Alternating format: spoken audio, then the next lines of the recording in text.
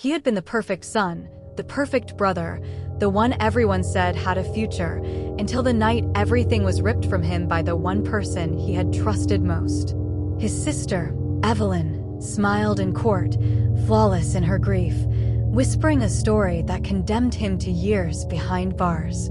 The crime was murder, but the truth, what really happened, was something no one could imagine. He had loved her, believed in her, shielded her when she stumbled. And she had waited until the perfect moment to shatter his life. What happens next will truly shock you. Get ready, because this story is packed with secrets and betrayals you won't see coming. We love hearing from you, so drop a comment below and tell us where you're watching from. And for more intense tales of justice and revenge, make sure you're subscribed and have notifications turned on. Now, let's claim this midnight story. It all began on the evening of their father's 60th birthday.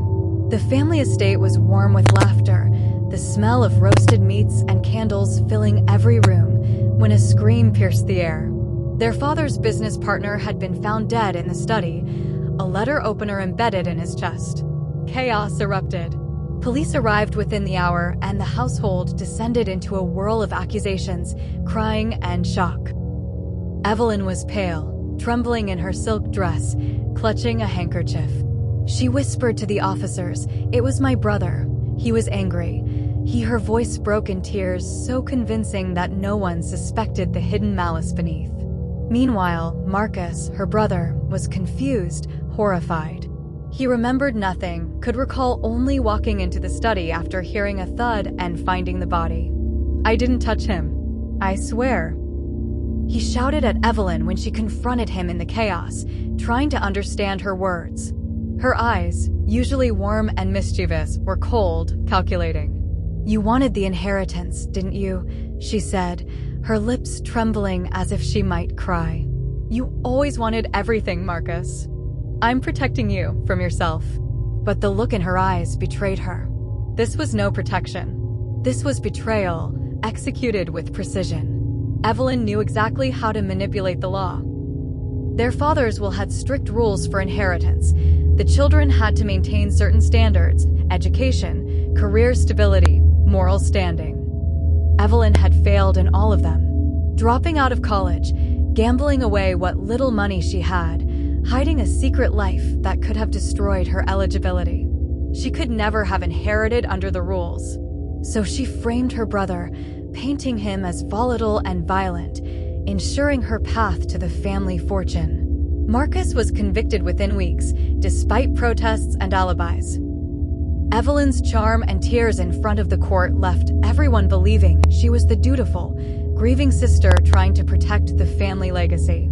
Prison was a slow death for Marcus, not because of the walls or the guards, but because of the weight of betrayal. He thought of every memory of Evelyn, the way she had clung to him when they were children, laughed with him during summers, whispered secrets in the dark. He could not reconcile it with the woman who had smiled when the jury found him guilty. Nights were the hardest. He would sit on his bunk, staring at the ceiling, imagining the study that night, the body, the dagger. And every time he remembered Evelyn's face in court, he felt a mix of fury and disbelief that could have consumed him. Yet Marcus survived. He learned patience. He studied law, saving every letter, every document, every shred of proof that could someday reveal the truth. He endured the stares, the whispers, the contempt of strangers who believed he was a murderer. And when his sentence ended, he walked free, a man hardened by betrayal, but still cunning enough to hold back from immediate vengeance. He would let her fall on her own, quietly, perfectly. When he returned home, Evelyn had already begun her rise. She had the inheritance, the house, the respect of their extended family, and a career built carefully to maintain her pristine image. Marcus watched from the shadows at first, attending family events under the guise of reconciliation. He helped her secure business deals, whispered advice that she passed off as brilliance. He built her reputation silently, ensuring that she would reach heights where her fall would be catastrophic. "I'm proud of you, Evelyn," he said once, in the quiet of the office she had just moved into, and she beamed at him, oblivious to the depth of what she had cost him. The tension built in small, precise ways. Marcus never interfered with her work, never undermined her publicly. But behind every handshake, every smile for the cameras, he collected the proof. The emails where she admitted scheming, the messages to accomplices, the ledgers proving her mismanagement, and the falsified events that led to his conviction. He had a stack of documents so damning that no lawyer could ignore them, no public figure could spin them. And he waited, because timing was everything. The final act came at a gala celebrating Evelyn's supposed philanthropic achievements. The room was grand, chandeliers dripping with light, polished floors reflecting her perfect smile. Investors, family friends, and colleagues filled the hall, all applauding her. Marcus stood at the back, calm, observing. When the moment was right, he asked to speak. Evelyn, smug, assumed he was there to praise her. She didn't notice the pile of evidence on the podium beside him. "Ladies and gentlemen," Marcus began, voice steady, carrying to the far corners of the ballroom. "We are gathered to celebrate someone we all respect, someone who has earned our trust. But sometimes, the most trusted people hide the darkest truths." Murmurs rippled through the crowd. Evelyn's face tightened, a flicker of recognition passing through her eyes. "My sister," she whispered to herself. Marcus revealed the emails, the letters, the messages, the accounts of how she had manipulated the inheritance rules, how she had framed him, and how her secret life had been carefully masked from everyone. Evelyn's perfect image crumbled in real time. Colleagues gasped, family members looked betrayed, and whispers turned into shocked exclamations. She opened her mouth to speak. But no words could fix the years of lies. "I spent years behind bars," Marcus said, his eyes locked on hers.